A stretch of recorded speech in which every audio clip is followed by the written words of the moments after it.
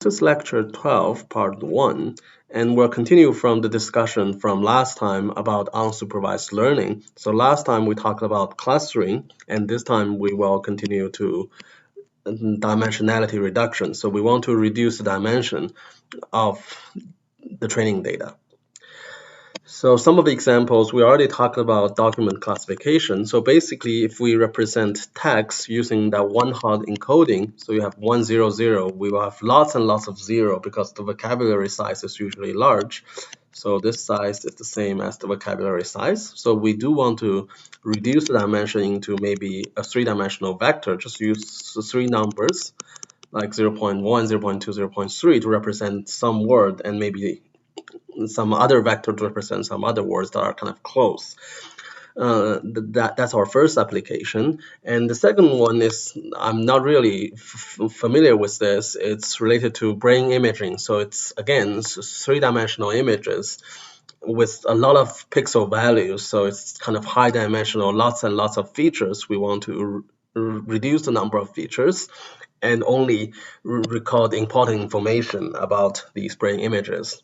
So for the same reason, we want to reduce image size in general. So we do not want to just keep all the pixel intensity for each pixel in an image. We want to reduce it to a few numbers representing important features.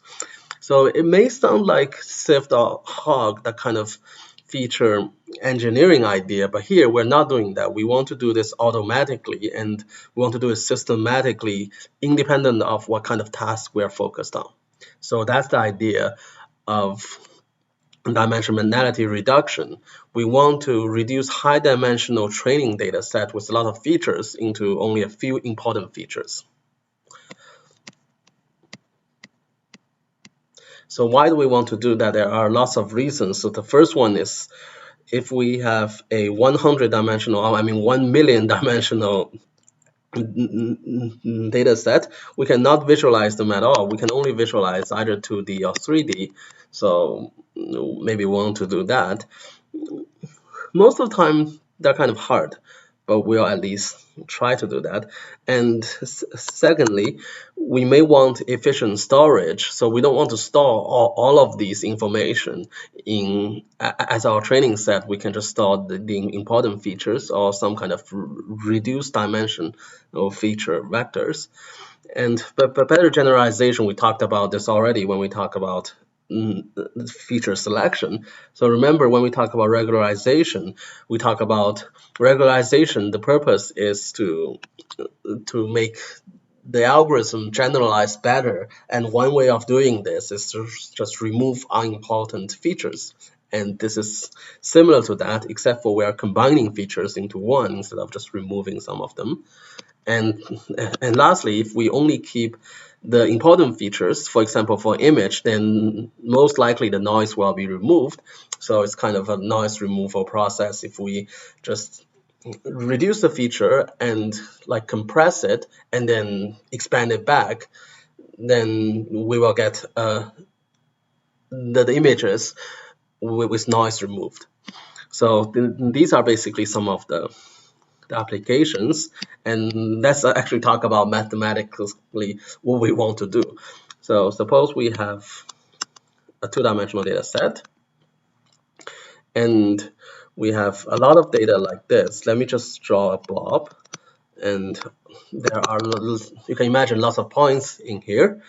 Then this is our feature 1, this is our feature 2.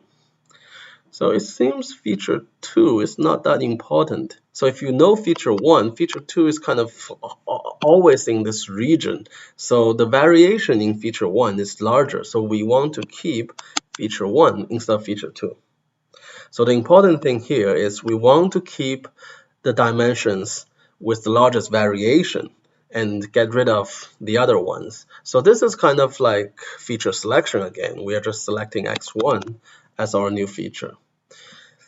But the problem here is if we have a data set like this, with basically lots and lots of dots here, then we cannot keep x1, and we can also not keep x2.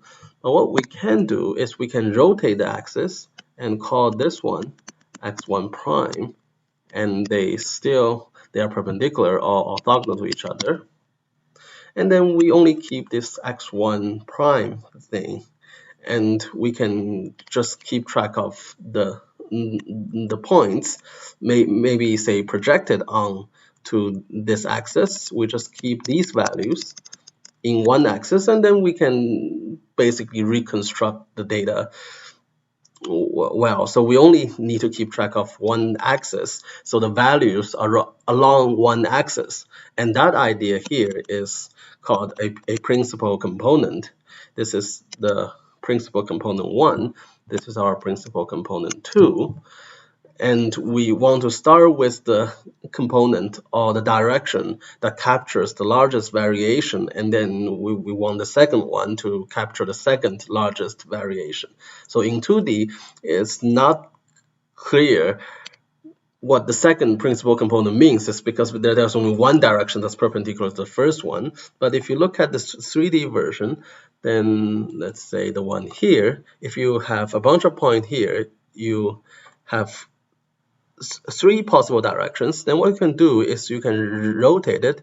So say my rotation is not great. So here, if you look at this and kind of rotate around the green axis, then all of those versions are perpendicular to the green one, but they are facing different directions. So there are lots and lots of directions you can go after the first principal component. So basically that's what I mean.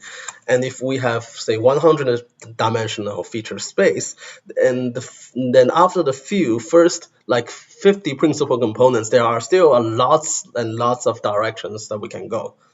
So it's kind of hard to imagine, but you can kind of feel it from this 3-dimensional case. After the first dimension, after fixing the first dimension, you have still lots and lots of directions you can go for our second principal component.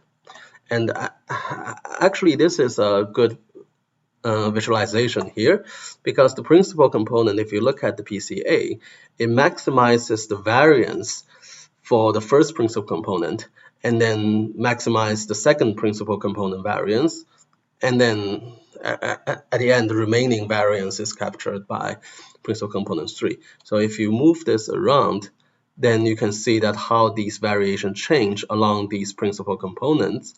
And if you move it so that it's maximized for the first principal component, you can see that it's actually what PCA looks like.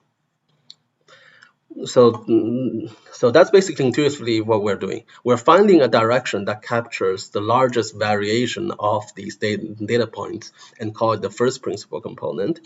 And let's actually talk about this slide.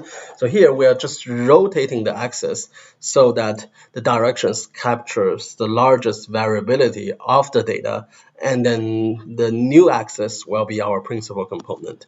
And the way we're doing it is, as I mentioned before, is we just find the first direction and then called U1, and in the remaining space, we're going to find the second direction that's orthogonal to or perpendicular to the first direction.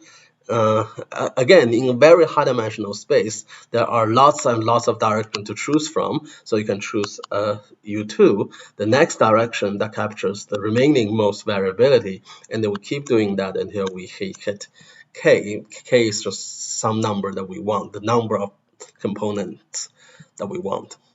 So intuitively, that's what we're going to do. And in the next part of the lecture, of course, we're going to go through the mathematics. In particular, first we need to define what greatest variability mean, and also how to actually find this direction using either, say, gradient descent. Actually, we're not going to use it, or some kind of linear algebra to actually solve that.